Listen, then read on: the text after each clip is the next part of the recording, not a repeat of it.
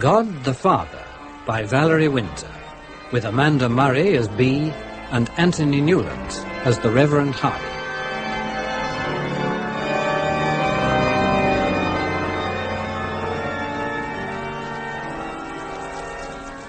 April the 20th, 1910. Got up, had breakfast, rained all morning, nothing happened, went to bed. 1910. I remember writing that such a long time ago. Such an absurd attempt to pin my life down on paper, as if to prove that... But there was nothing to pin. At 16, one always supposes that life is going to be so momentous. April the 21st. Got up, mended Edward's grey stockings. He goes up to Oxford for the Trinity term next week. It ought to be down if you start from Derbyshire. Cold mutton, baked potatoes and rice pudding. Sitting on the steps outside the dining room window of the vicarage. Played Halma. 1910. That was the year that... so many terrible things happening. But I sat and wrote my diary, as if... I remember... April the 22nd, 1910. Rained again. Annie made Flo and me do the junket. It was watery. Bed. April the 23rd. A fine day. I sat on the steps and wrote up my diary in a new exercise book. Could only remember 2 days back. It's all got up and went to bed. Nothing much happens in between. Went for a walk to the river. Edward and Flo smoked. Ivo and I looked for fish.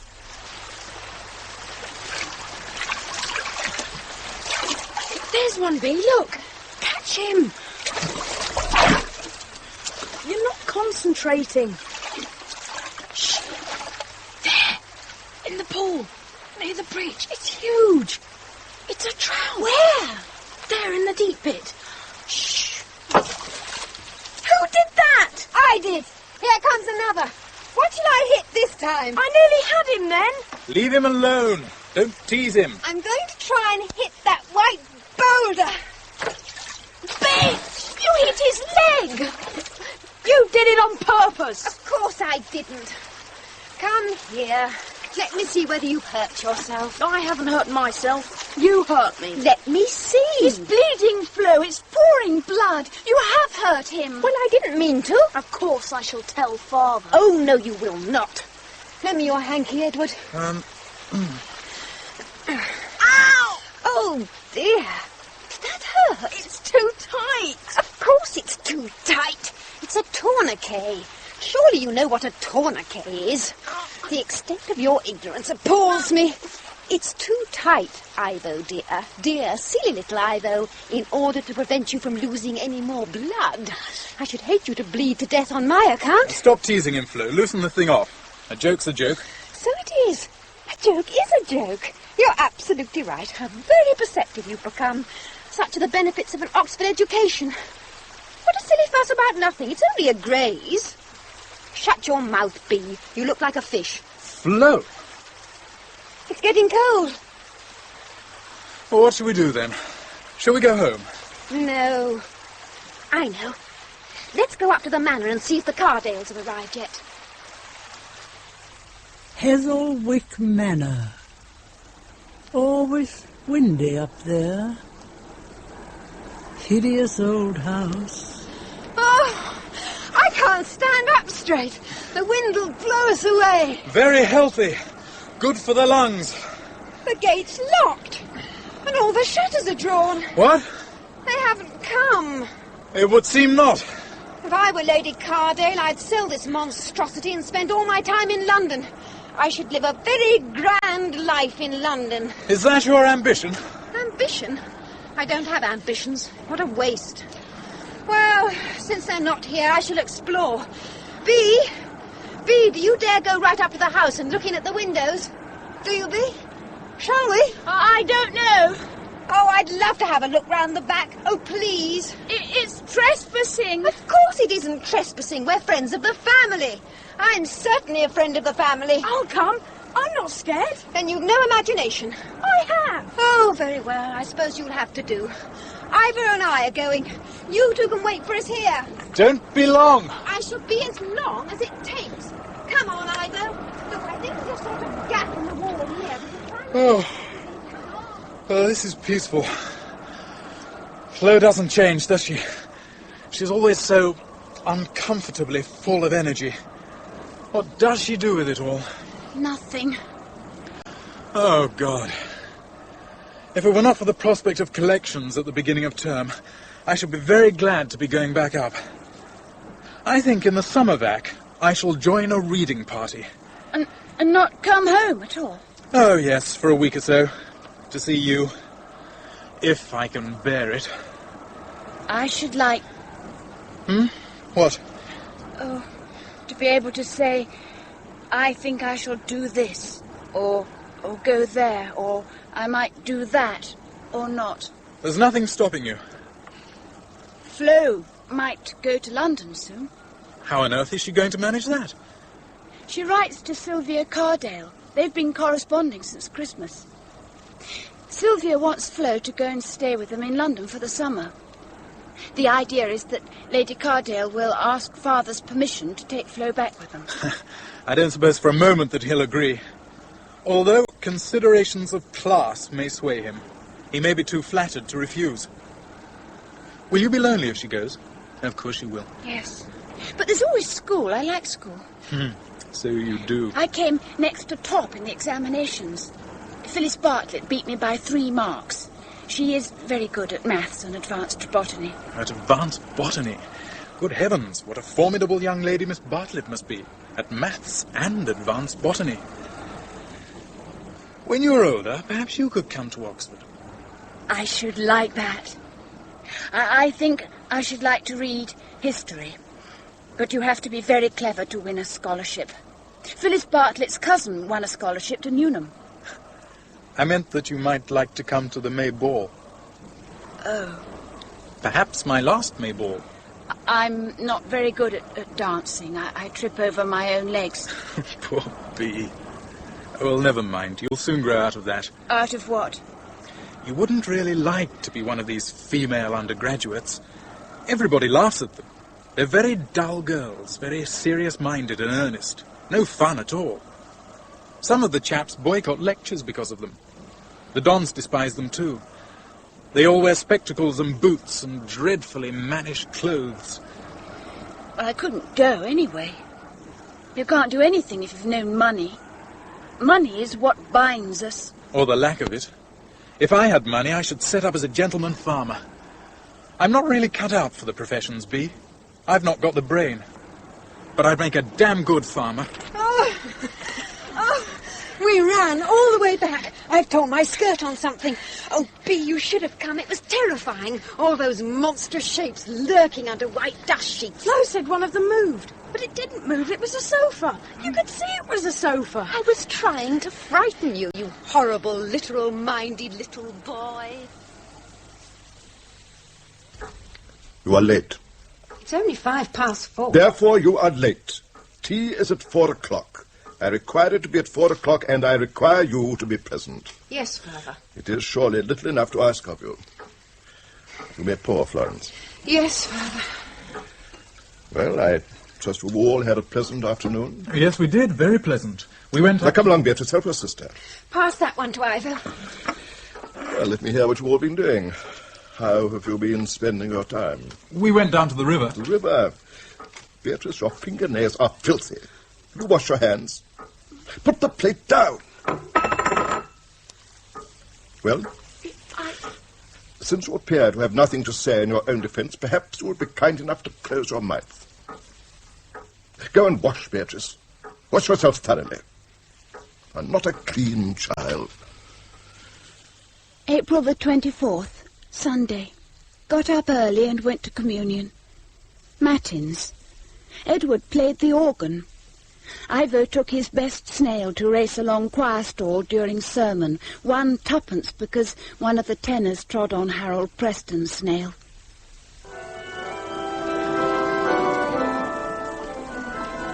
Oh, most gracious Lord, Holy Father, have mercy upon me, for I am unclean. Get up, Bee. Father will think you've been seduced by Rome. It looks vulgar.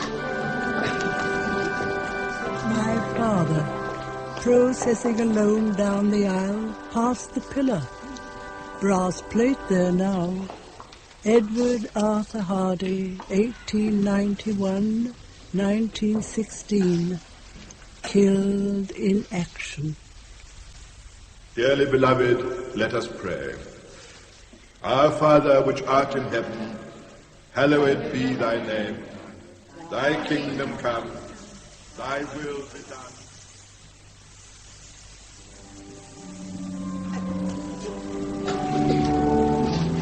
Come on, wake up, Bee.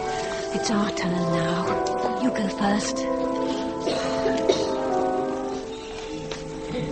Lord, I am not worthy to come to this thy table. Hold out your hands for the wafer. He's coming nearer. I can see his boots, size 9. The great crucified Christ, with his hangdog, martyred face, stares down at me from the east window. I can feel his eyes. And now I'm eating Christ's flesh, which was given for me. And it sticks dry, tasteless to the roof of my mouth. I'm making awful faces. It's stuck. Oh, God. His eyes upon me. He's coming back, kicking his surplice with his polished boots. What have I to do with God or he with me? Now I open my mouth and fill it with Christ's blood. Did you get a good swig, Bee? I did. A claret, I thought. When I'm rich and famous, I shall... Oh, I shall be one or the other. Believe me, Ivor, my pet, and with luck I shall be both. You'll have to pump harder, Bee. There's still no water in the tap. Is that enough, Flo? Yes. Oh, I hate Sundays. It's all church. Now then, you girls, you finished them potatoes yet? As a matter of fact, we've hardly started them, Annie. Well, you hurry up then.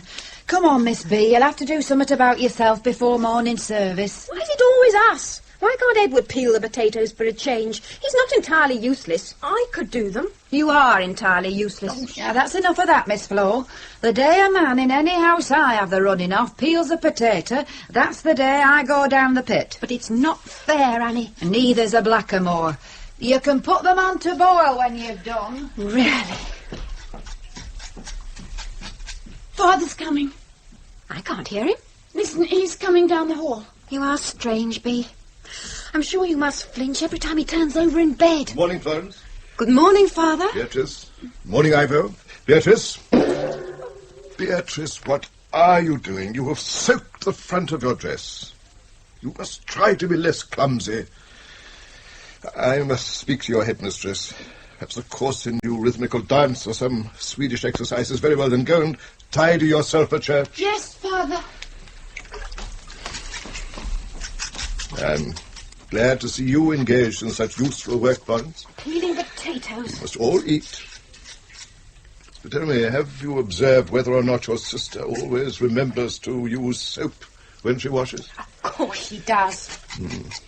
Sometimes, Florence, I am forced to the conclusion that the Church is too liberal in its dealings. I am with St. Paul in this matter. You should read his letters. The Blessed Sacrament is not to be taken lightly. She was pulling the most appalling faces. Who was? Beatrice, and her hat was crooked.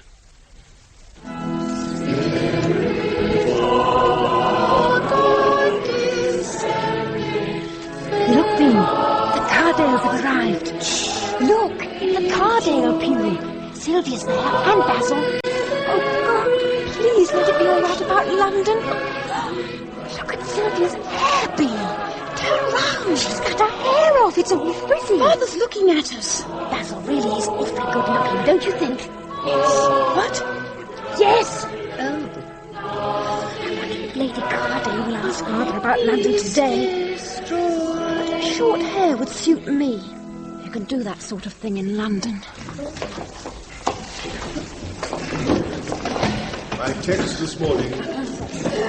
My text this morning is taken from Paul's letter to the Philippians, chapter 1, verse 29.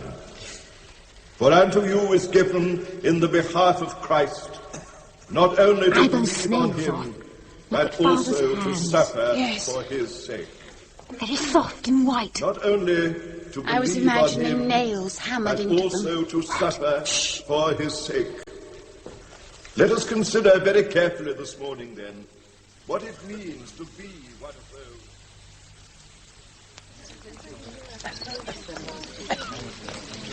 My dear Florence, how perfectly charming you look. And Beatrice, too. You grow more and more like your poor dear mother. Of course, you won't remember her, will you? Now, you must all come and visit us as soon as you may.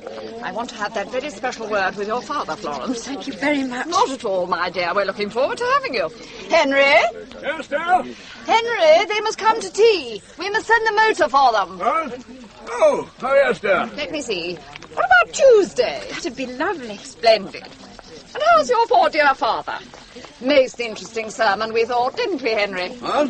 Oh, yes, yes. Ah, good morning, Sir Henry. Oh, Ah, good morning, Lady Mary. Do forgive me.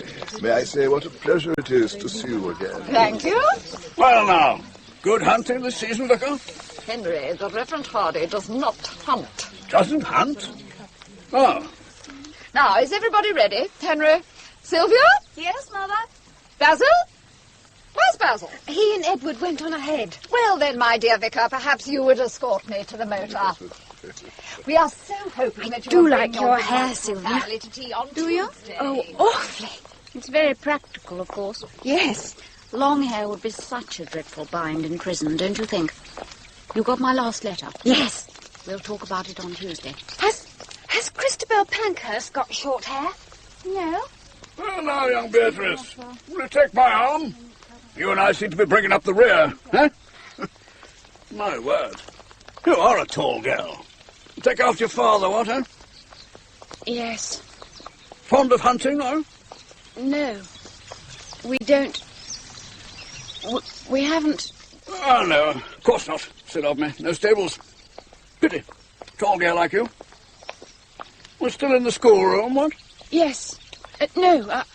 I go to a day school near Dogthorpe. Oh, jolly good. You used to tell me all about it on, Tuesday, Henry. April the 26th, Tuesday. Went to tea at the Manor. Dust sheets still in the Chinese drawing room. We're thinking of calling it the Japanese drawing room. Nobody will know the difference. Of course they will, Mamma. Nonsense, Sylvia. Nobody in Derbyshire could tell one from the other.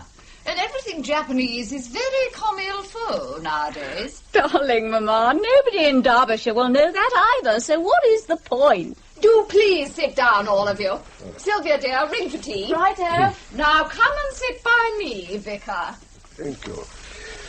Sylvia and I wish to ask you a Come along, young particular Beatrice. favour. You and I'll have a play at the stable, shall we, before tea arrives? Are you coming, Basil?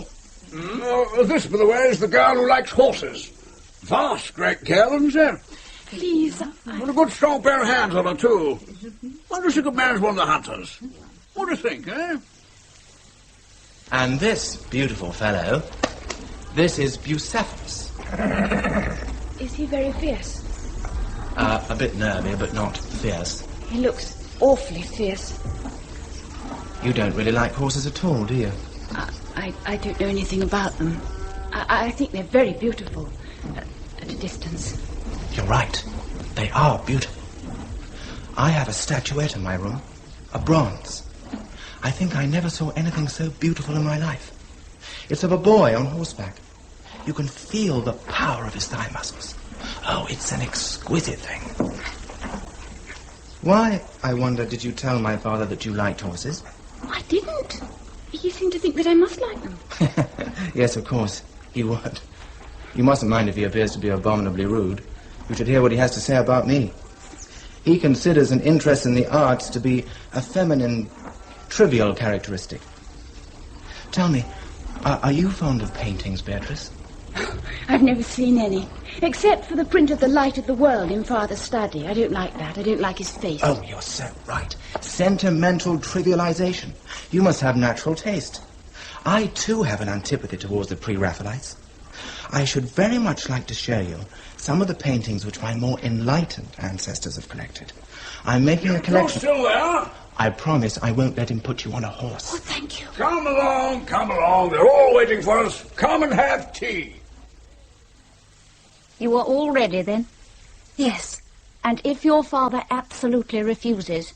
Then I shall come anyway, if Lady Mary will have me. Oh, yes. She considers it quite reprehensible that you should moulder away here. Her words, not mine. Oh, do you smoke? Good gracious, no. Not in public. Do you? Naturally. Excuse me. It must all seem so simple to you. It is. But I can't help being nervous. If your father agrees to your coming, then there will be no problem until you fail to return home in August. If, on the other hand, he refuses his permission, then the inevitable battles will have to be fought sooner rather than later. Have you any money? I have £3, 17 shillings and 4pence 3 farthings. Annie Kenny started the whole London campaign with less. Another cup of tea, Florence? No, thank you, Lady Mary. How about you, Vicar? Can I tempt you to another cup? Thank you. So you see, it would be possible, would it not, for Florence I think to Mother return is with us. winning. Sylvia. Your father is obviously susceptible to flattery. I feel I ought to tell you that I've no real commitment to anything but getting away from home. I have to get away. Yes, of course. I think it's splendid of you. But you see, ultimately, that is what the suffrage movement is all about. Are you two still whispering in that corner? Sylvia, you've monopolised Florence all the afternoon. We've been discussing the suffragette movement, Mamma. Sylvia. Oh, my dear, I should have known. I begin to wonder, Sylvia, whether you have any other topic of conversation. Did you know, Vicar, that my daughter is a militant suffragette? I most certainly did not. Ah, I can see that you don't approve. My dear Lady Mary, I admit I am surprised that you and Sir Henry allow your Henry, daughter... did you hear that? What? What's that? I'm afraid the Vicar disapproves of us, Henry. No, you misunderstand me. I expressed myself badly. No, it is the movement itself. Those dreadful, mannish, Pankhurst women of which I disapprove.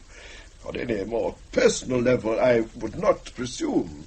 To come to this thy presence, O merciful Lord, trusting in my own righteousness.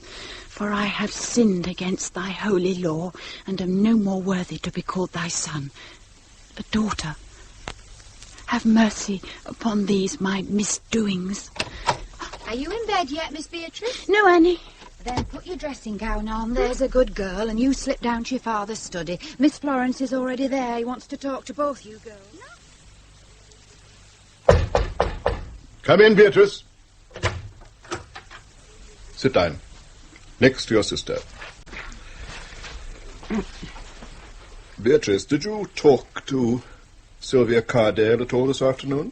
No, Father. Not at all? No. I said things like, how do you do, and goodbye. Yes, so I would assume. Try not to be stupid, Beatrice. What I'm trying to ascertain is whether you held any prolonged conversation with her. No. Did you know that she is what is called a suffragette? No. But you, Florence, did you know? Yes, Father. And have been corresponding with her on the subject of the suffragette movement since Christmas? Yes. I see. And it never occurred to you, Florence, at any time to discuss the subject of female suffrage with me? I didn't discuss it with you because I knew that you would disapprove. I like Sylvia very much. I admire her. You admire a young girl who speaks to her mother as if they were contemporaries? Who blatantly smokes cigarettes without even the courtesy to ask the Assembly whether it objects, and who cuts and frizzes her hair in that extraordinary coiffure. I cannot approve your judgment, Florence. I know she behaves rather oddly sometimes, but underneath, she's really a very clever person. By the very use of that word clever in connection with Miss Cardale, you further condemn her and what she purports to stand for. Cleverness is a very facile attribute based on what I can only suppose is a low form of animal cunning. I knew you'd disapprove. I knew exactly what you'd say. Then I'm happy not to have disappointed you. But I would like an opportunity to explain my attitude. Of course, and I shall be most interested to hear what you have to say, when perhaps you have become more rational. But I'm In the not meantime, I must ask you both to terminate all communication with Miss Cardale. You, Florence, will cease to correspond with her and will drop your friendship forthwith. Is that understood? Yes, Father. Florence. No, Father. It is not understood. I beg your pardon? I do not acknowledge any understanding between us on this matter. Then let me rephrase my requirements. You can order me to stop writing to Sylvia. You can order me not to speak to her or see her again, but I don't see how you can enforce your orders. Beatrice, I think that you had better go to bed. I don't suppose you intend to beat me, and you can hardly lock me up. Let me remind you that I should be quite within my rights if I chose to do either of those things, or both. However, we are, I should hope, a little more civilized than our forefathers. Then I wonder how you intend to prevent me from doing as I choose. Go to bed, Beatrice. You know that the Cardales have invited me to stay with them in London for a few weeks. And you must realize, my dear Florence, I am surprised that you should even mention the subject under the circumstances, that I cannot possibly allow you to accept their invitation. I have already accepted. I have decided to go. It is not for you to decide. It is not for you to make decisions. Your duty is to obey. I leave tomorrow. I think not. Please, Father. I want to go so much. Oh, my dear child, my dear girl, believe me, a father's duty is a particularly painful one, but I believe that I should be failing in it if I allowed you to come under unnatural and harmful influences. I have a moral and legal duty towards you. What else can I do but very regretfully forbid you to go? But I want to go. I must. You don't understand. I want to go. Want? How are you to know what you want? The blind will. I'm sorry, Florence, the answer is no. And suppose I disobey you? I think that you will not. Beatrice, will you please go to bed? Now! Close the door behind you.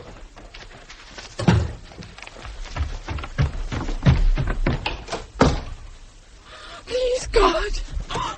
No daughter of mine will speak to me like that in my Please own let house. them stop shouting down there. That might well keep both of us. Please, God, I can't bear his anger. I will not discuss this matter any further. You are hysterical and irrational. Please, God, stop. Go to your room at once.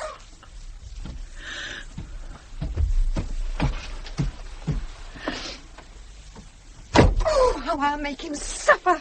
How he will suffer. What are you doing? Packing. I'm going to catch the earliest possible train tomorrow morning. When is the earliest possible train? There's a milk train at about 5. I want to get away without being seen. You'll have to lend me all your money. Where are you going? To London. I'm going to the Cardales exactly as planned. Almost exactly as planned. And I've no intention of ever coming back if I can help it. I shall need all Ivo's money, too. I don't think he's got any. Don't be silly. He's got all his birthday money. Please, Flo. You can't just leave me. He'll be so angry. What shall I do? If I stay here, Bee, I shall crumble uselessly away. Nothing will change, unless it gets worse.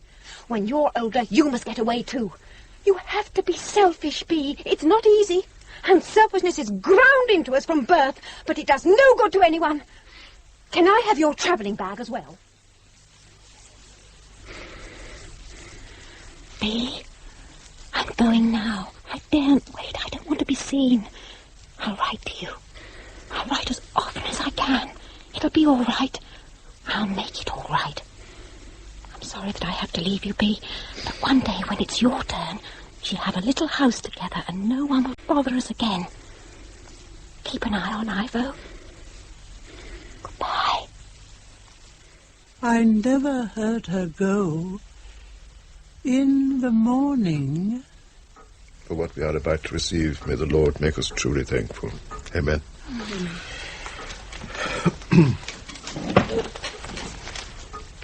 You brushed your hair this morning, Beatrice? Yes. Indeed. Am I to infer that as some sort of early morning exercise you have taken up the pursuit of climbing backwards through hedges? Where is your sister? She is more than 5 minutes late for breakfast. She has left you a note. Left me a note? Then she is out. No, I... Where is she? Where is she gone? Where is this note? Do you know anything about this, Ivo? No, except that she took all my money. I had nearly £5. She took all of it, even my collection of farthings. I see. And did Florence take all your money too, Beatrice? Yes. And has presumably gone to London. Yes. Yes, it is all clear to me. I have been disobeyed. No, thank you, Beatrice. I have no desire to read this note of hers. You may throw it away. Until your sister returns, I desire no communication with her. Doubtless we may expect the return of the prodigal daughter as soon as she has spent all the money which she has stolen. I think we may trust in the efficacy of economic pressures. The policy of laissez-faire generally brings about the required result. Stop playing with that miserable piece of bread, Beatrice, and eat it!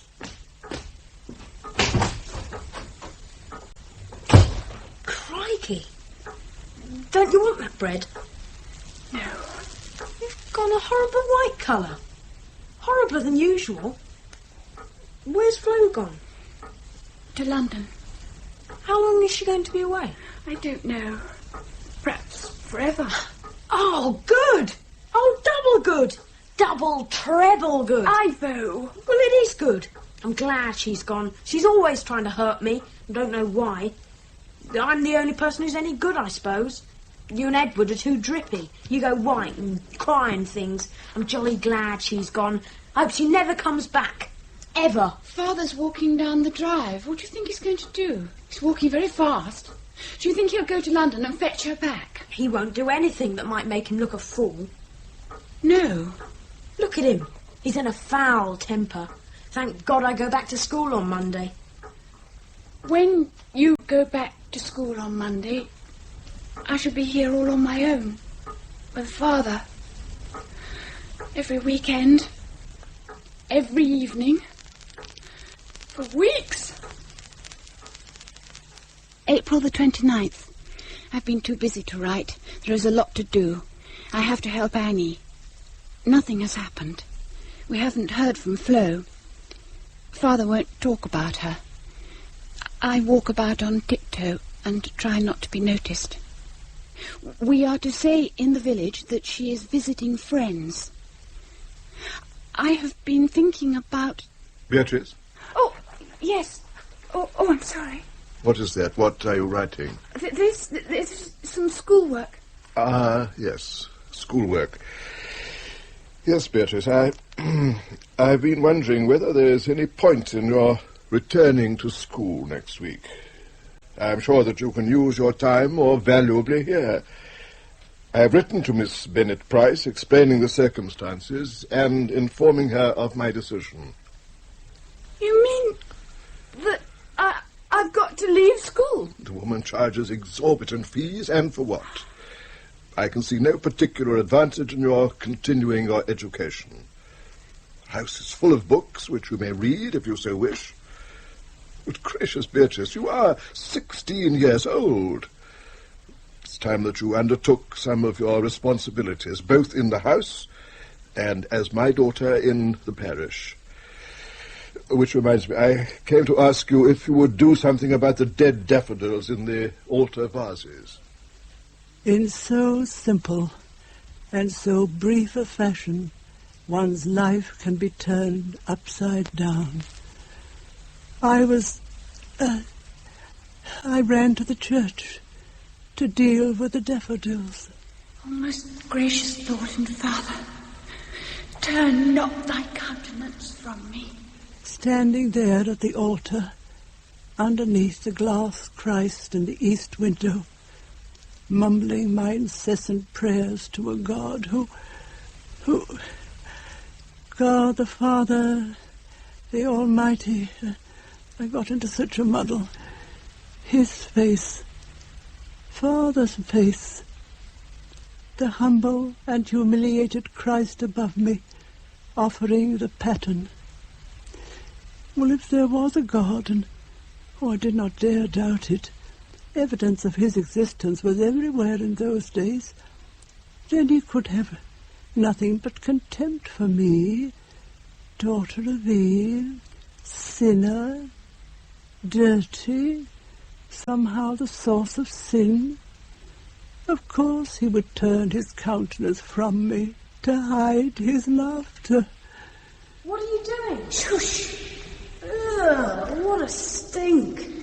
Ivo, Father has just told me that I've got to leave school. Why do their stems go slimy? Oh, they do stink. What am I going to do? Crikey, I don't know. What about? About school. I don't want to leave, but he's already sent a letter to Miss Bennett Price. I should be bloody thankful if I were you. Wish I could leave school. But I don't want to. I think what it'll mean. It's a pretty silly school anyway.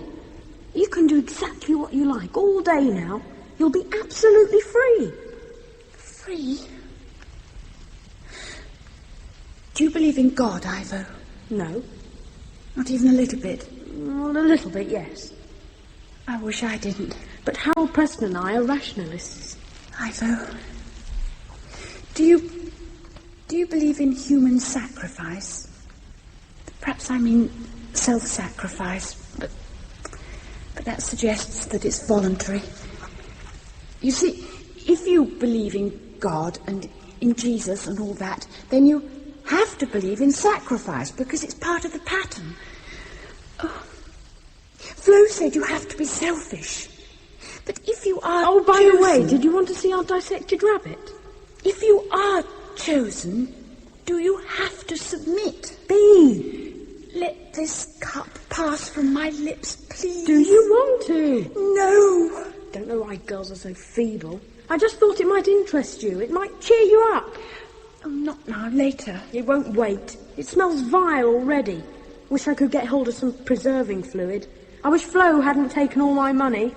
Flo! I'll write to Flo. She'll know what to do. What did she say in her letter? What letter? The one from Flo. She hasn't written to me yet. Yes, she has. Then where is it? I don't know. If you haven't got it, it's probably still on the dresser in the hall. But I did not remember seeing any letter. I ground some fresh flowers into a vase and carefully wrapped the decomposing daffodils in a sheet of newspaper before running across to the house. There were no letters on the hall dresser. Beatrice, was that you who came bursting into the house, leaving the front door wide open? When are you going to acquire a mode of behaviour befitting your sex? And why are you clutching that newspaper? And what on earth is that smell? Where's the letter? I want the letter. There was a letter from Flo to me. There was. Well, then where is it? I want it. I burnt it. I do not wish you to receive letters from your sister while she persists in her disobedience. I do not wish you to become infected with her ideas. You burnt it? Yes, it was my duty. But what did she say? Is she well? My dear Beatrice, I did not open the letter. It was, as you pointed out, addressed to you. It went unopened and unread into the kitchen stove. Well, run along and dispose of that nasty little parcel. You'd better change your dress. Or did you wish to say something? No? Very well, then. Go and tidy yourself. How could I tidy myself? I never really knew how. I was as I was. So I lay on my bed and wrote. Dear Flo, Father burnt your letter. So I suggest you send all future letters care of the post office, and I will collect them. I don't know what to do. You must help me. It's about school. And there, every day, lying on my bed, I wrote my diary. Ah, bleak little entries. May the 3rd. This would have been the first day of term. Ivo has gone back. It's very lonely. After lunch, to post office, as usual. Nothing. The king is ill. May the 7th. I have drawn a black frame round yesterday's date because the king died. May the 11th. After lunch, as usual, to post office. Mr. Preston said the Edwardian age has drawn to its close. Oh, very true. Very true. Change and decay. I'm ever so sorry, Miss Beatrice. There's nothing for you. Oh, well... Maybe tomorrow, eh? Yes. If I didn't know you so well, Miss Beatrice, I'd think you were expecting a love letter. Take no notice of Mrs. Preston. She reads too much. How's Master Ivo? Back at prep school. You'll miss him. Our Harold misses him, that's for sure. Lost without him. Yes. Well, thank you. Goodbye. Goodbye, dear. Hope your father's keeping well.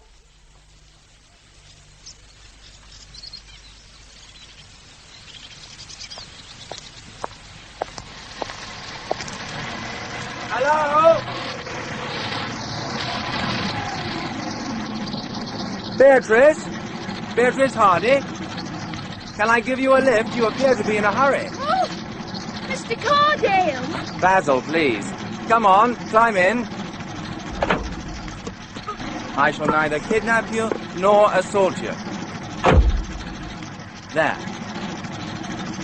Let me put the rug over your knees. All right, Bilby. Are you warm enough? Yes, thank you. Meeting you like this is extremely fortuitous. You're exactly the person I most wish to see. I have a letter for you. From Flo? From Flo. I was told to deliver it into your hands and into your hands alone. So, hold out your hands. Oh, thank you. Not at all. How is Flo? She was exceptionally well when I left this morning. Why don't you read her letter? Or would you rather wait until you were alone? If you don't mind. Not at all. What are you doing? Hiding it down my boot. Gracious. Tell me, did you generally keep your private correspondence in your boots? I don't want Father to see it. He burnt the last letter. Did he?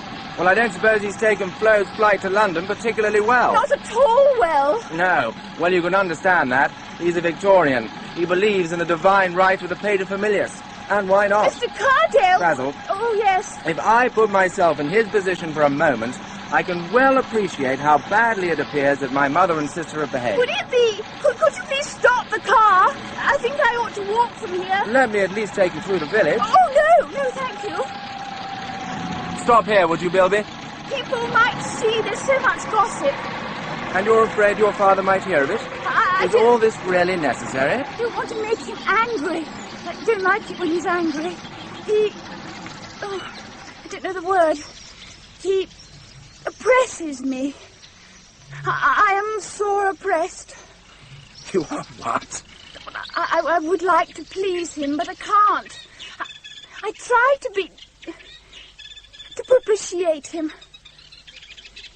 Would you like to telephone, Florence? You could come up to the manor and use our phone. Could I? Of course you could. When would you like to come? Tomorrow? Tomorrow afternoon? I usually go for a walk in the afternoon. May I really telephone? Of course. May the 12th. After lunch, walked to the manor. Phoned Flo. Could hear her voice, very odd and scratchy sounding, but perfectly clear. Can you hear me, Bee? You sound scratchy. So do you. You got my letter this time? Yes. I'm so sorry about this school business. What a blow. Yes. Still, it was rather a stuffy, old-fashioned sort of place. I liked it. Well, I don't know what I can do, Bee. I've written to Edward. He might have some influence with Father. Do you think so? Well, certainly more than I have. Is it all absolutely frightful at home? Yes. And here I am having a perfectly brilliant time. Are you still there? Yes. Look, send me your letters via Basil. He's going to be up and down all summer. It'll be safer if you can send them with him, and I will too. He burnt got your last letter, Flo. So you said. Poor father. Is he very angry then? Yes. Hurt pride? Oh, do you think so? Well, he doesn't own us, for heaven's sake. I think he does. Yes, I think he does, in law. Well, I won't be owned. I refuse to belong to anyone, legally or any other way. Sometimes I think his anger will burn me up. I think he owns me. The Lord knoweth them I can't that are hear a his... word, darling. There are mighty rushing wind noises down the line. We shall have to stop. Please come home, Flo. Goodbye. Take care of yourself. Oh, love to Annie. Goodbye, Flo. Finished? Yes, thank you. Jolly good. Well now, would you like some tea? Tea? Oh, no, I have to be back for tea. I have tea with Father. But you don't have to go yet, surely. Come and see the pictures I've been hanging in the long gallery. I'd like to show them to you. I long to show them to someone who is not obsessed either with politics or horseflesh. My family are entirely without taste, but you know, among the junk amassed by my ancestors, there is some absolutely marvellous stuff. I listened to him in such an admiring, such an ignorant silence, while he talked of the great passion of his life. One of the great passions. I misinterpreted it all. I thought... he was grateful, I suppose, for an interested audience. Any audience. But I thought... And these two I found tied up in an old sheet in the attic. I'm taking them to London with me tomorrow to get them cleaned. You're going back to London tomorrow? I could take a letter back with me if you like. I shall be catching the 11:15 tomorrow morning. Will you come and see me off? You could bring the letter then. No, the trouble is, it's very difficult. I don't think I could get out in the morning. I really do find it very hard to believe that your father is quite the ogre you make him out to be. Oh, no, he's not an ogre. Not at all. You don't understand. It's me. You're certainly not an ogre. No, but it's my fault. What is? He makes me feel it's my fault. It's the effect I have on him. You are late. But it's only 10 to 4. I ran all the way. So it would appear. However, it is in fact 7 minutes to 4. Annie's mother has had what Annie describes as a bad turn. It will mean that Annie will have to reduce the number of hours she gives us. What a blessing it is that you have left school. Yes. Immense blessing. It's amazing how things work out for the best. God works in a mysterious way. Yes, very mysterious. Such an occasion gives added weight to the phrase, God knows. What do you mean? By what? By very mysterious. I was agreeing with you. You said it very oddly. Very mysterious. You said it oddly. I'll go and put the kettle on. These details of everyday administration confine me at every turn. For example, the cleaning of the church. Beatrice? Yes? Perhaps you could organize the rota for me for the next 3 months. Me? Your name is Beatrice, I believe. It was your mother's choice. She was fond of things Italian. I don't think I had supposed that you would be glad to help to ease the burden. Then there is the question of Sunday school. Sunday school? Mrs. Vesey has sent to tell me that she is suffering from arthritis in her knee. I was hoping to visit her tomorrow, but then there is the servant. But tomorrow morning? Yes, possibly. It will not inconvenience you, will it? You will be fully occupied with your work in the house. I wondered, could I perhaps visit her? My dear Beatrice, what a very kind thought. I think that is an excellent idea. I could perhaps take her some flowers or some jam, a little present. Good. I am delighted, Beatrice. I hadn't thought...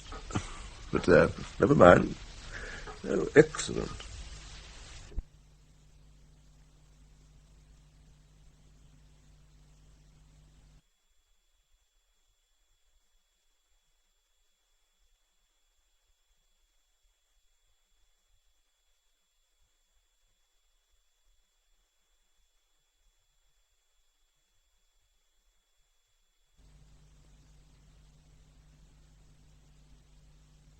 Schopenhauer said, the fundamental fault in the character of women is that they have no sense of justice.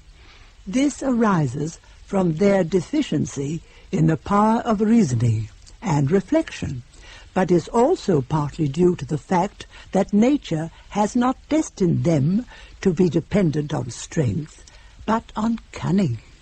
That is why they are instinctively crafty and have a tendency to lie. Hello? Hello? Stop the car, Bilby. I'm so sorry to stop you like this. I'm so late. I thought I'd miss you. Come on. Jump in. All right, Bilby. I couldn't get away. I thought I'd never get to the station on time. I've got the letter. Here. And these are some things of Flo's. And some jam. Oh, and 10 shillings. Will you give them to her? Yes, of course. Did you say jam? It was all wrapped up very carefully. Good. Will you be able to manage it all? As long as the jam doesn't leak. It's supposed to be for Mrs. Veazey. I'm supposed to be visiting her now. I did go in for a few minutes on the way here and took her some flowers. It wasn't a complete lie. May I come and see you when I'm next up here? You mean come to the vicarage? I'm not at all afraid of your father, you know. If I'm to be honest, Bee, I've always thought him slightly absurd. Do you mind my saying that? You look as though you expect me to be struck by a thunderbolt. I was wishing that I were able to think him absurd. An absurd anachronism. But I don't think that anybody who is in possession of so much power can be dismissed so lightly. Does he have power? Oh, yes. But perhaps only because you allow him that power. Nobody can be said to possess power unless others are willing to submit to it. The one is useless without the other. Here we are. 3 minutes to spare. That bag in a smoking compartment, Bilby. Well, I shall say goodbye then, Bee. Goodbye. It's customary, you know, for friends to kiss each other goodbye. That's better. Hope to see you again very soon. I'll give your love to Flo. May the 13th. Today something happened. My first kiss. On my left cheek, near the corner of my mouth.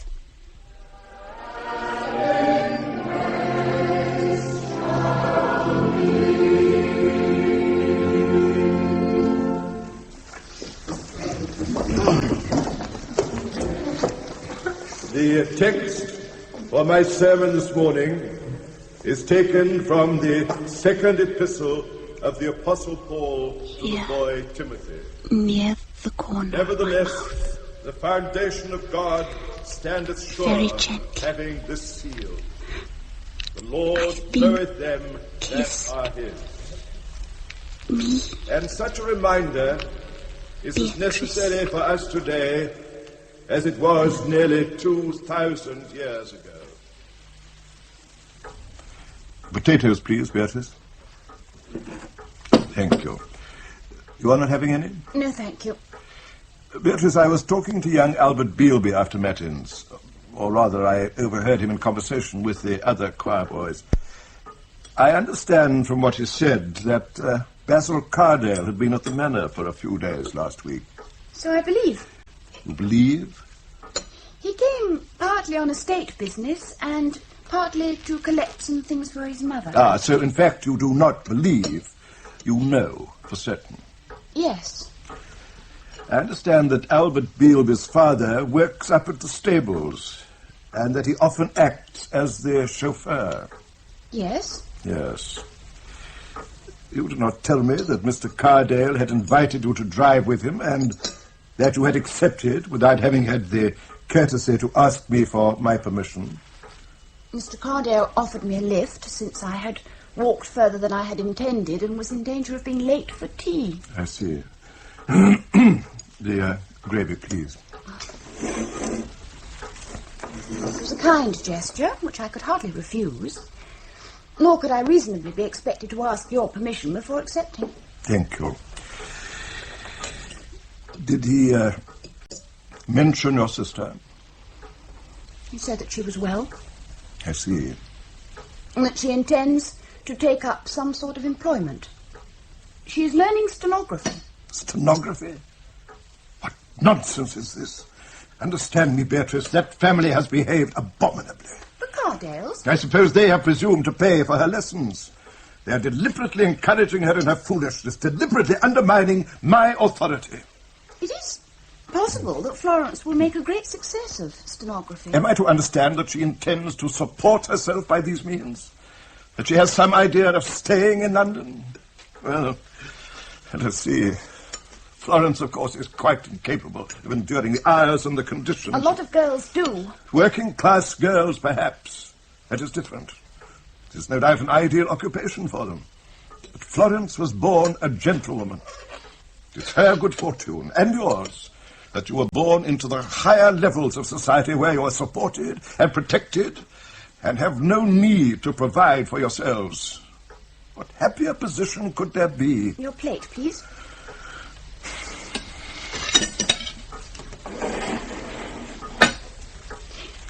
Mr. Cardale asked if he might come to see us when he's next in Hasselwick. I would prefer to have nothing to do with that family. But surely you have no quarrel with Basil? Would it not be both civil and civilized to, well, perhaps to ask him to tea? Will you have apple pie, Father, or rice pudding? May the 21st. Sunday again. It seems to be Sunday more often than it is not. A wet day. It always seems to rain on Sunday. Father complained about the... Brass polish, Beatrice. I notice a small dried residue of it in the eye of the lectern. It is not like you.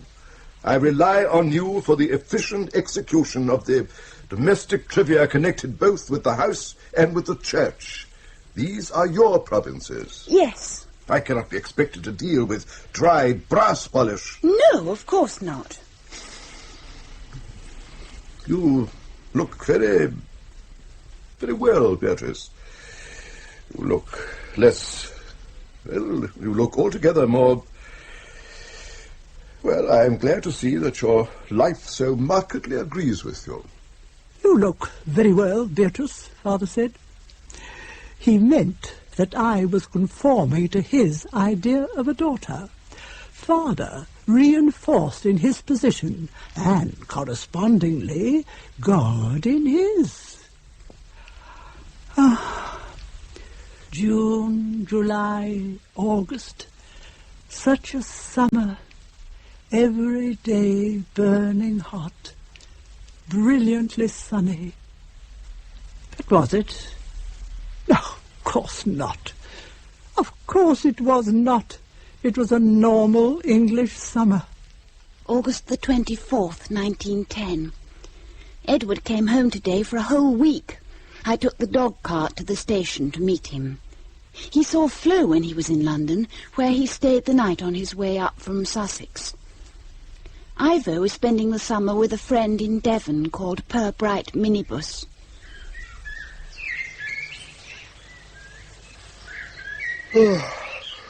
Oh, Lord B. Nothing changes, does it? Everything is exactly as it was. A kind of voluntary suffocation. I can't imagine why I allow myself to be suffocated for form's sake. I thought you came to see me. Oh, yes, I did. Of course I did. But you have changed. I know.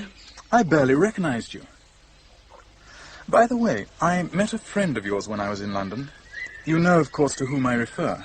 Basil. Yes, when I went to see Flo. He was there, at the Clements Inn offices. We had lunch. You're blushing, Bee. I am not. You have seen a great deal of him this summer, I gather. He's very kind, very interesting. I like him very much. Yes. Bee, I think you ought to go back to school. School? Oh, I'd forgotten about school. And about your ambitions. Surely you wanted to beat a certain Miss Phyllis something or other at maths. At maths and botany, yes. Would you like to go back to school? Yes. Yes, I would. But it isn't possible. I don't think about it anymore. I've discussed this at great length with Flo. We're both worried. We both feel that it's very important you should go back to school. I intend to speak to Father about it when a propitious moment arises. My dear Edward, it is hardly for you to interfere. Unless you intend to pay the bills for your sister's education, I cannot see that it is any of your business. I am not sure that you're being entirely fair, Father. Fair? I have always been scrupulously fair. It ill becomes you to accuse me of being unfair. Unfair to Beatrice, Father. I feel it is very important Beatrice should continue her education. To what end? Why, I don't know to what end. She might want to follow a career. She is already doing so. I meant in the world. There is no place for women in the world. Oh, come. Oh, that simply isn't true. You have no idea. Women are breaking into all sorts of professions these days. Breaking in, precisely. You choose your words well. Some unwomanly creatures, I cannot use the epithet that I would wish, may succeed in breaking in. They will soon discover their limitations. But can you imagine Beatrice in such a situation? She has no aggression in her. None at all. Oh, it is my judgment that as you and Ivo must make your own ways in the world, it is my duty to provide you with an education that will fit you to do so. Beatrice has no further need of school. Indeed, it might only unsettle her. Oh, but surely, while I take your point, you of all people must grant that education is an end in itself. The house is full of books. I think she very much wants to return to school. Edward, what the female of the species thinks she wants and what in fact she needs are two different things, as you will learn when you are older. Their satisfactions are not to be found in the world of action and ideas, but in the domestic role to which they are biologically fitted. Look at Beatrice herself. Look how she blooms. Look how she blossoms. The last few months, quietly running the house and the parish, have been the making of her. Your mother was the same. She was full of absurd ideas until she married. She, too, blossomed in domesticity. Mother died. Of tuberculosis, Edward. The house is damp. All you say may very well be true. It probably is. But there are other considerations. I wonder if you've noticed how introverted Bea has become. Introverted? What am I to understand by introverted? She has thrown altogether too much on her own resources. She needs companionship. She needs to mix with other girls of her own age, to have friends, and some sort of amusement in her life. Yes. Yes, I can appreciate that.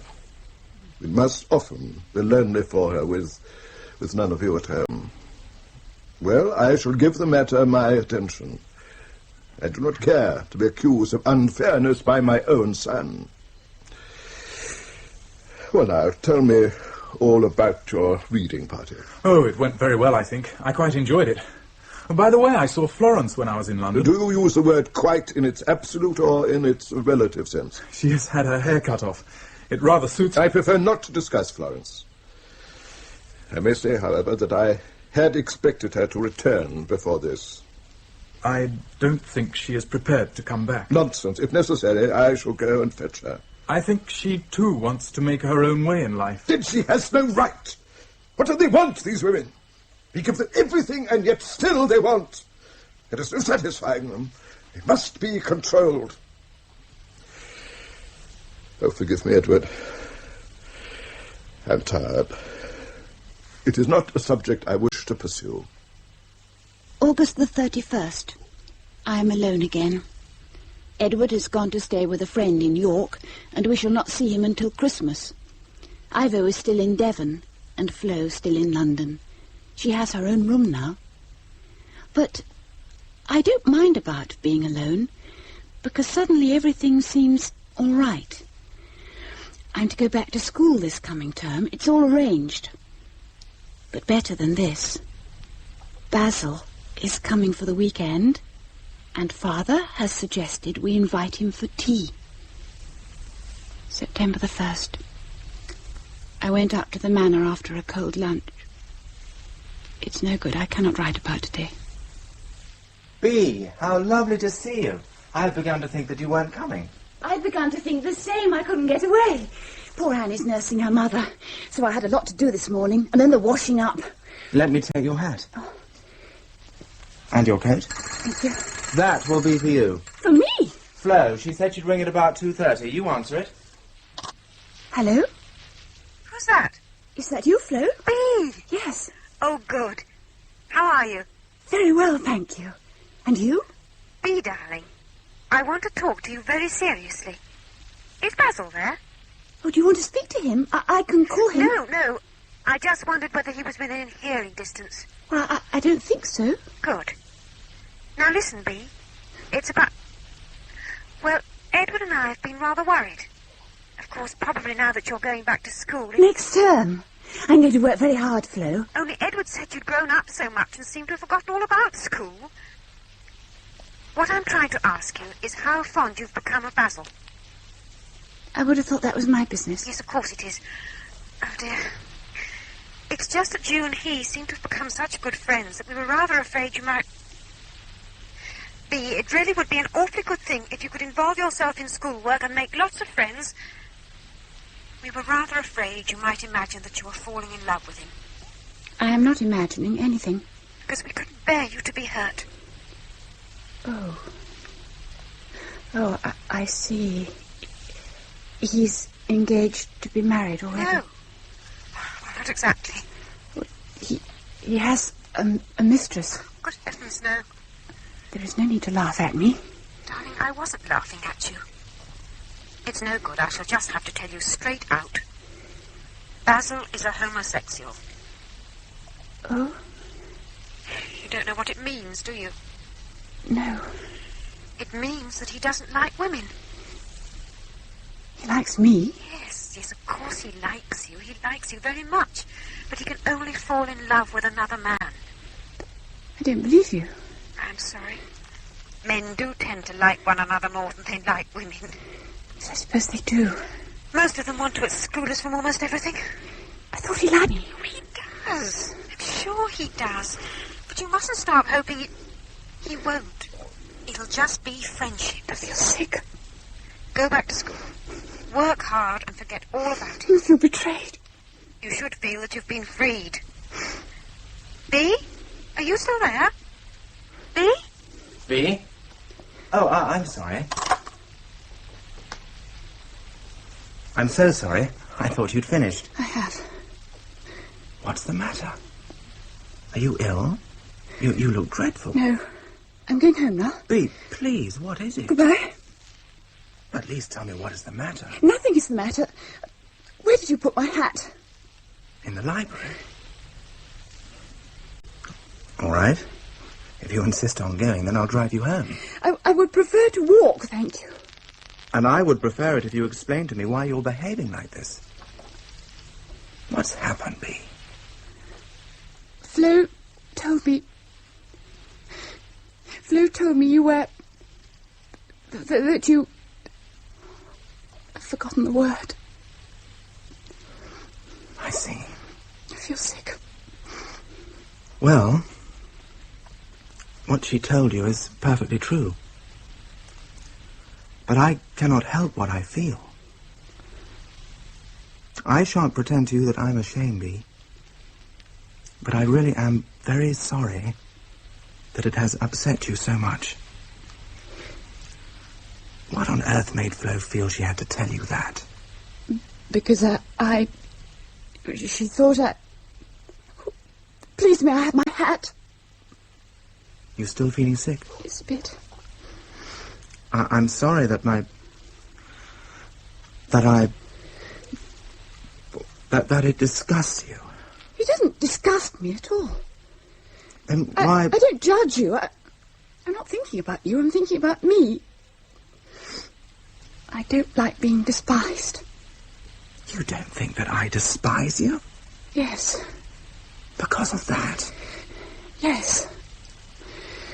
Because I'm not a man. Oh, that's ridiculous. I imagine it's something one has to get used to.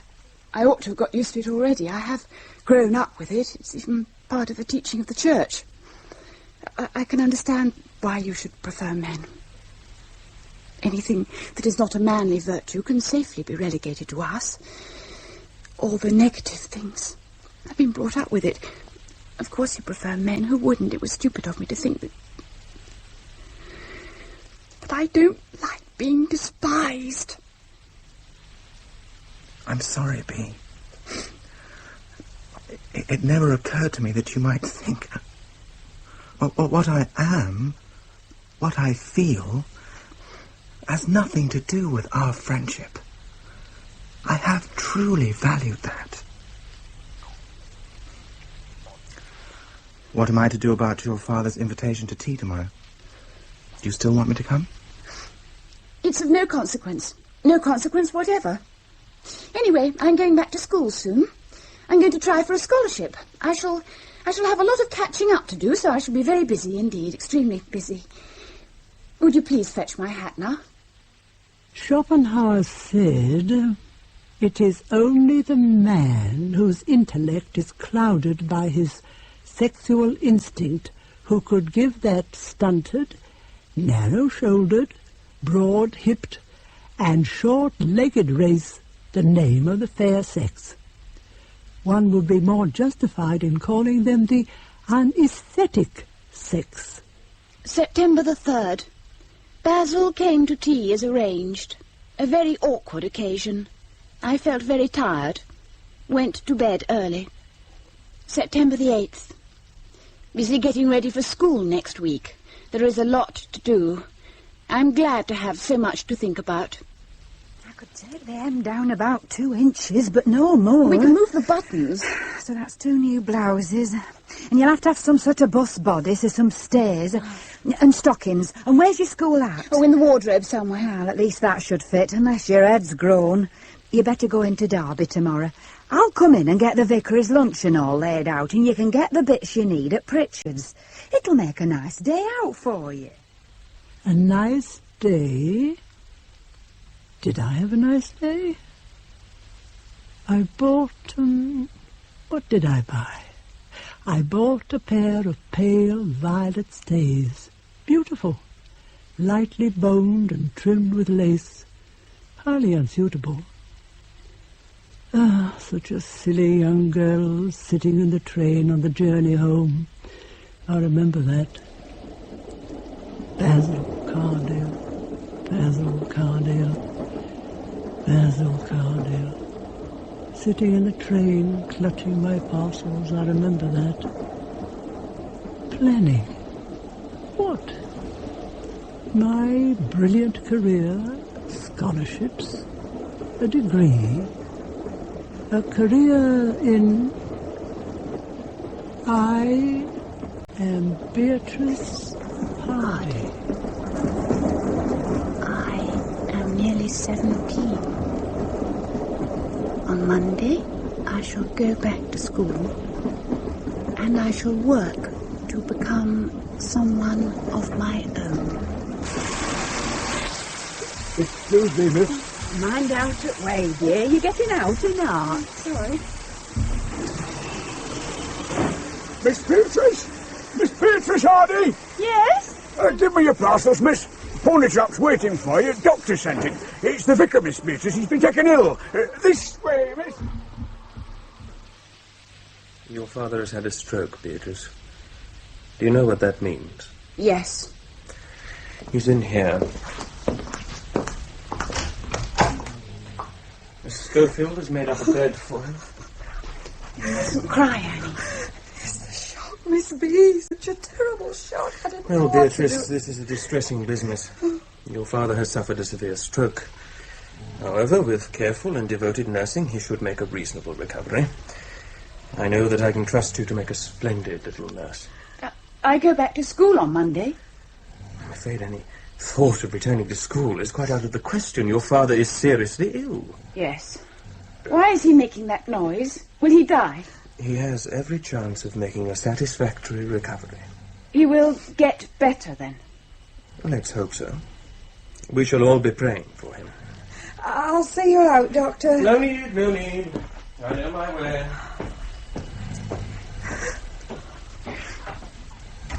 Do you know what I think, Annie? I think he did it on purpose. Oh, Miss B, that's a wicked thing to say. Your poor father. I don't mean him. Every path that opened before me he consumed with tongues of fire. All I wanted was to go back to school, that was all.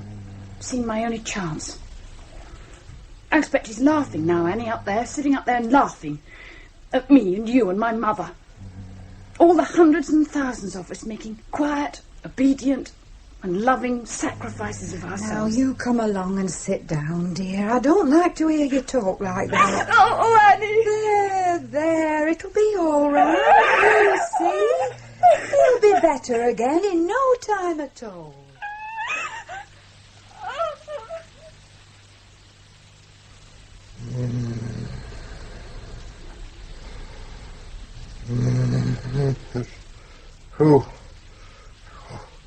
Who is there? Are you awake?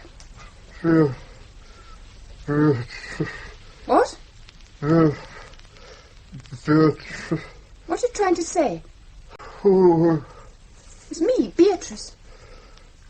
Beatrice. Yes. Beatrice.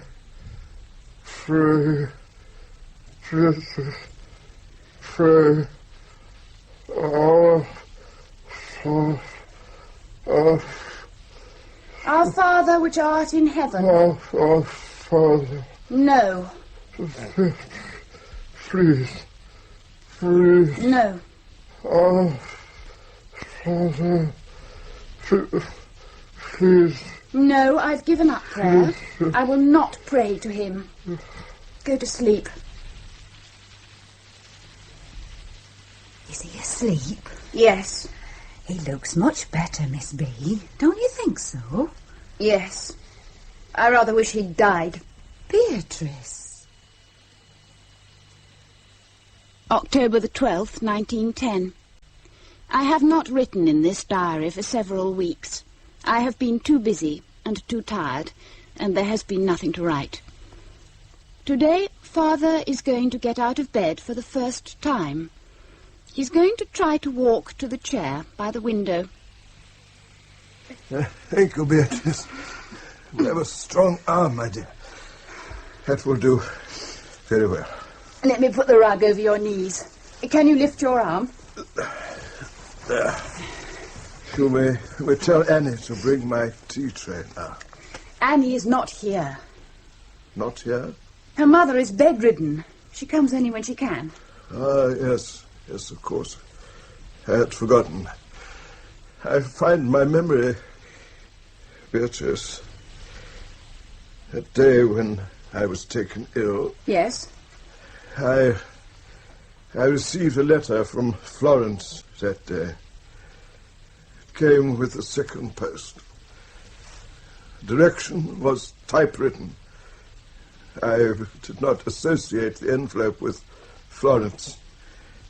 I opened it. I believe the shock was... It was a terrible letter, Beatrice. You are surely not implying that Flo's letter was responsible for your stroke. Is there something wrong, Beatrice? I'll get your tea now. You sound very sharp. I have a headache. I'm sorry to hear that. Your mother suffered from headaches. It is a very common complaint, I believe. November the 6th. Father celebrated communion this morning and later attended matins. With the help of a stick, he is able to get about well, but can do little with his hands. A plague of mice in the larder. November the 12th. Father spoke to me about Flo again. I have made the decision, Beatrice. I'm going to London on Monday. I intend to return with Florence. I have allowed the situation to get out of hand, imagining that circumstances would conspire to bring Florence to her senses. You will see that her bed is aired. House is damp at this time of the year. I really don't think that you are well enough yet. It is a very long journey. I will stay overnight and return on Thursday. I shall manage well enough with my stick. It'll be a waste of time. She will not come. And why should she? Because she is my daughter, Beatrice. That is why. November the 14th. Father to London. Aired Flo's bed. November the 16th. Father arrived home. Alone. As I expected. He was very angry. Your sister Beatrice is nothing better than a whore! A common whore! Forgive me. It is reprehensible of me to use such words in your presence. She would not come. He stood there, my own daughter, brazenly defying me. I ordered her, I reminded her of her sacred duty of obedience, and still she would not come. She has cut her hair off, you know. She looks absurd. Oh, Beatrice, this is a godless age. What will happen to the family, that most sacred of all institutions, if girls are allowed to wander about, if they waste their time and intellect on matters which do not concern them? The whole structure of our society will topple if this deliberate flouting of the laws of God and of man is not brought under control. I'm sure the family is a very convenient institution for you, Father. But perhaps it does not suit all of us. I think you should go to bed. Good heavens, Beatrice, what nonsense you talk. It is not a matter of convenience. If you are talking about convenience, then the family is surely an institution perfectly designed to serve your sex, to provide her with occupation and interest. You just stick. She may think she has won, but she has not. Let her make her own way. Let us see how far she will be able to go before she discovers how wrong she has been. I look forward, Beatrice. I look forward with some degree of relish to seeing your sister's unnatural and unfeminine arrogance tempered by the world. And he did not have long to wait. Oh, no. November the 21st. Father found a small paragraph in the Times. He read it to me at breakfast. Listen to this, Beatrice. This will interest you. This morning, 3 members of the WSPU appeared at Bow Street Magistrates' Court, charged with damage to property amounting to the sum of £175. Mrs. Margaret Hayden French, Miss Pamela Huff, and Miss Florence Hardy had used hammers and stones to smash windows in Oxford Street. All 3 women, having refused to pay their fines, were imprisoned for 1 month. You see, I knew the world would deal with Florence. Let us see how she enjoys her stay in Holloway. Laughing. Piece of toast in his hand, laughing. Later that day... No, I don't want to. But it's all so very clear, so very in my head. Later that day, I went down to the river like David, and I chose several large white stones, and I hid them in my basket. And then I collected the keys from the hall dresser. Is that you, Beatrice? Yes. Where are you going? To clean the church. But surely this is not your day. It seems a convenient moment. Walking calmly down the aisle, very calm, I knew exactly what I was going to do.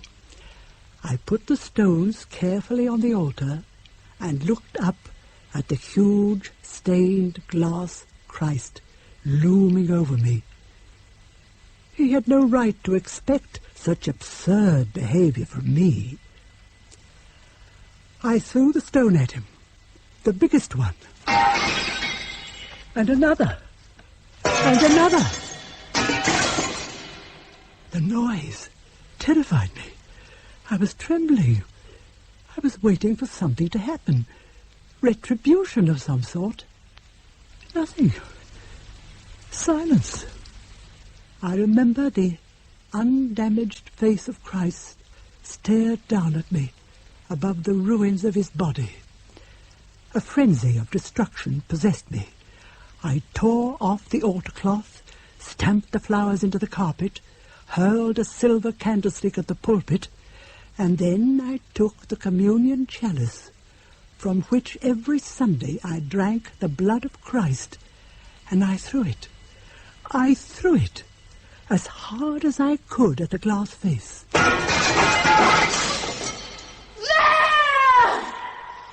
Now look what I've done!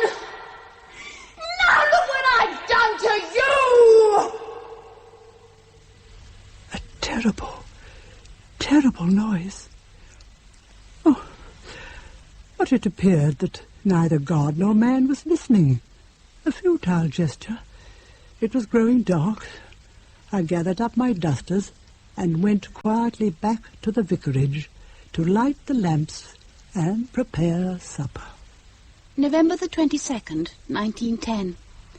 Last night, hooligans broke into the church, which I had forgotten to lock after I did the cleaning. They broke the priceless east window and did a great deal of completely pointless damage. Father wept. He is quite broken by it all. I, on the other hand, had a quiet, busy, but highly satisfactory day. Glory be to the Father, and to the Son, and to the Holy Ghost, as it was in the beginning, is now, and ever shall be, world without end.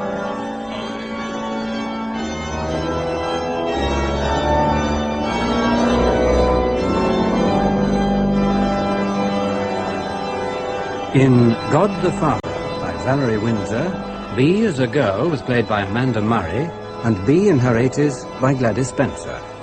The Reverend Hardy was played by Anthony Newlands, Flo by Joanna Wake, Ivo by Adam Godley, and Edward by Stephen Malatat. Sir Henry Cardale and the Station Master were played by Geoffrey Banks, Lady Cardale by Rosalind Knight, Basil by Gareth Forward, Sylvia by Linda Gardner, and Annie by Judith Barker. Mrs. Preston and the woman in the station were Paula Tilbrook, and Mr. Preston and the doctor, Russell Dixon. The play was directed in Manchester by Kay Patrick.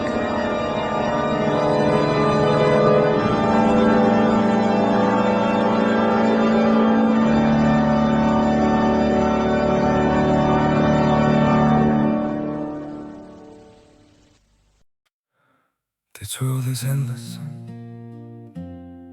so wide, so broad, but somehow I'm still lost in you.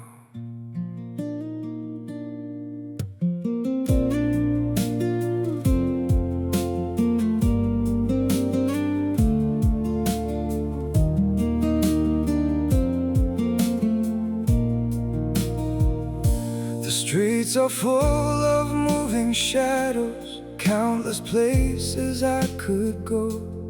City shining, people passing, yet I still feel so alone. Every road keeps leading nowhere, every sky feels cold and blue. In this world so vast and open, I'm still lost in missing you. The world is wide, so wide before me, but I keep losing my way. Somewhere in the endless distance, your memory makes me stay.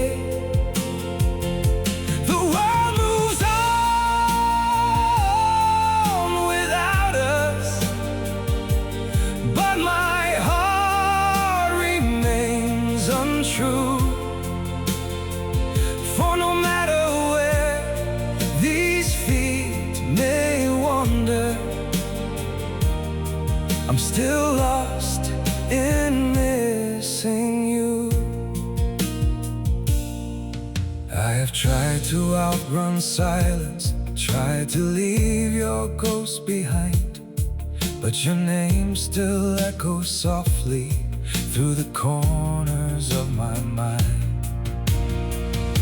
The world is wide, so wide before me, but I keep losing my way. Somewhere in the endless distance, your memory makes me stay. The world moves on without us, but my heart remains untrue. For no matter where these feet may wander, I'm still lost in missing you. Maybe someday I'll stop searching for your face in every crowd, but until that day, this broken heart will keep calling your name out. The world is wide, so wide before me, but I keep losing my way. Somewhere in the endless distance, your memory makes me stay. The world moves on without us, but my heart remains untrue. For no matter where these feet may wander, I'm still lost in missing